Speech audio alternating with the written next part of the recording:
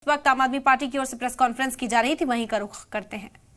नहीं ले जा सकते जबरदस्ती, क्योंकि हर चुनाव ये हार रहे हैं। मेयर में हार गए, डिप्टी मेयर में हार गए, स्टैंडिंग कमेटी में हारेंगे, तो हार से इतना बौखला। मतलब दिल्ली के 2 करोड़ लोगों ने हरा दिया, वो नहीं माना। मेयर में हार गए, डिप्टी मेयर में हार गए, वो नहीं पचा पा रहे। अब स्टैंडिंग कमेटी में हार रहे हैं, वो नहीं पच रहा इनको। तो मोटे मोटे तौर पे यही कारण है कि ये अपनी हार को पचा नहीं पा रहे हैं। दिल्ली के 2 करोड़ लोगों का जनादेश मानने के लिए तैयार नहीं है।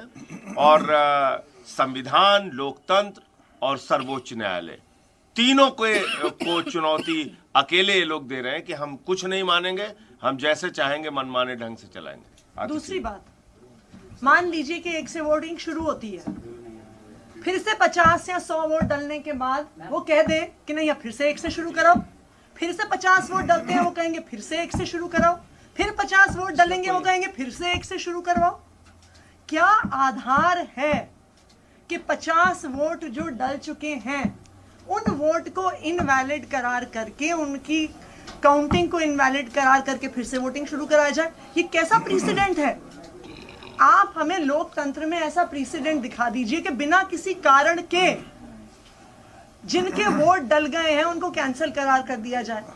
इस आधार पर तो कभी भी चुनाव नहीं हो सकता, क्योंकि हर चुनाव के बीचों बीच भारतीय जनता पार्टी खड़ी होगी, 200 वोट के बाद करेगी नहीं जी अब 1 से कराओ।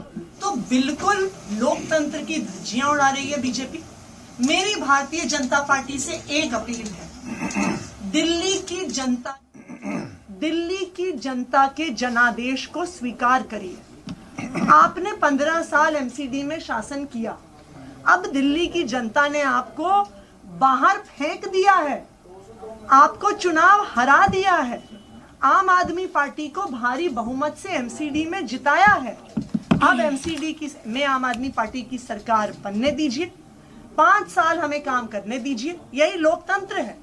अगर हम काम नहीं कर पाते हैं तो 5 साल बाद दिल्ली की जनता हमें निकाल के आपको फिर से चुन लेगी, आपको फिर से मौका मिलेगा।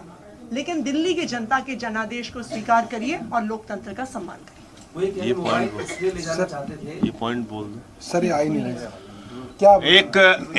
ये दिल्ली का जो चुनाव हुआ था उसमें भी आप देखिए कि एमसीडी का जो चुनाव हुआ था उसमें साफ तौर पे लिखा हुआ है कि voters can now carry mobile to poll booths. Poll booths के ऊपर वोटर जो है वो मोबाइल ले जा सकता है। ये दिल्ली का जो निर्वाचन आयोग है जिसने एमसीडी का चुनाव संपन्न कराया था उसमें लिखा हुआ है। तो अगर ये कोई सिक्रेसी का वायलेशन होता तो चुनाव आयोग क्यों कहता भाई कि आप एमसीडी के चुनाव में अपना मोबाइल लेके जा सकते हैं? चुनाव आयोग को आपत्ति नहीं है, यहां जो चुने हुए पार्षद हैं उनको आप कह रहे हैं कि नहीं मोबाइल लेके नहीं जा सकते आप। और इसके पीछे के मनसा क्या है, मन में क्या है तुम्हारे? क्या चोर छुपा हुआ है आपके मन में, बताइए ना। एक आदमी अपना वोट देने गया, वोट दे के बाहर आ गया, उसने किसी को वोट दिखाया नहीं, उसने अपनी गोपनीयता को भंग नहीं किया वोट की, तो आपत्ति किस बात की है? मोबाइल लेके नहीं जाओगे, शर्ट पहन के नहीं जाओगे, टी शर्ट पहन के नहीं जाओगे, मतलब ये इसका कोई मतलब है? कहीं कोई एक्ट में लिखा हो, कहीं कोई किसी नियम का वायलेशन होता हो, बात समझ में आती है। कल के मुस्कुरा के नहीं जाओगे वोट देने के लिए, रोते हुए जाओगे, घुटने के बल जाओगे, ये कोई इसका मतलब है?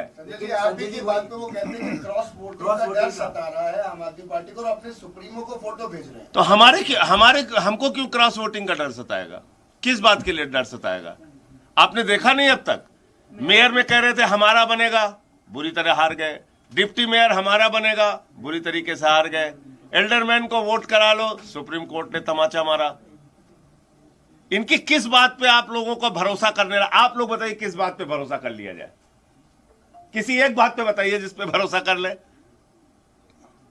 और ये वही भारतीय जनता पार्टी है जो 1 हफ्ते पहले कह रही थी आम आदमी पार्टी ने उनके पार्षद खरीद लिए हैं।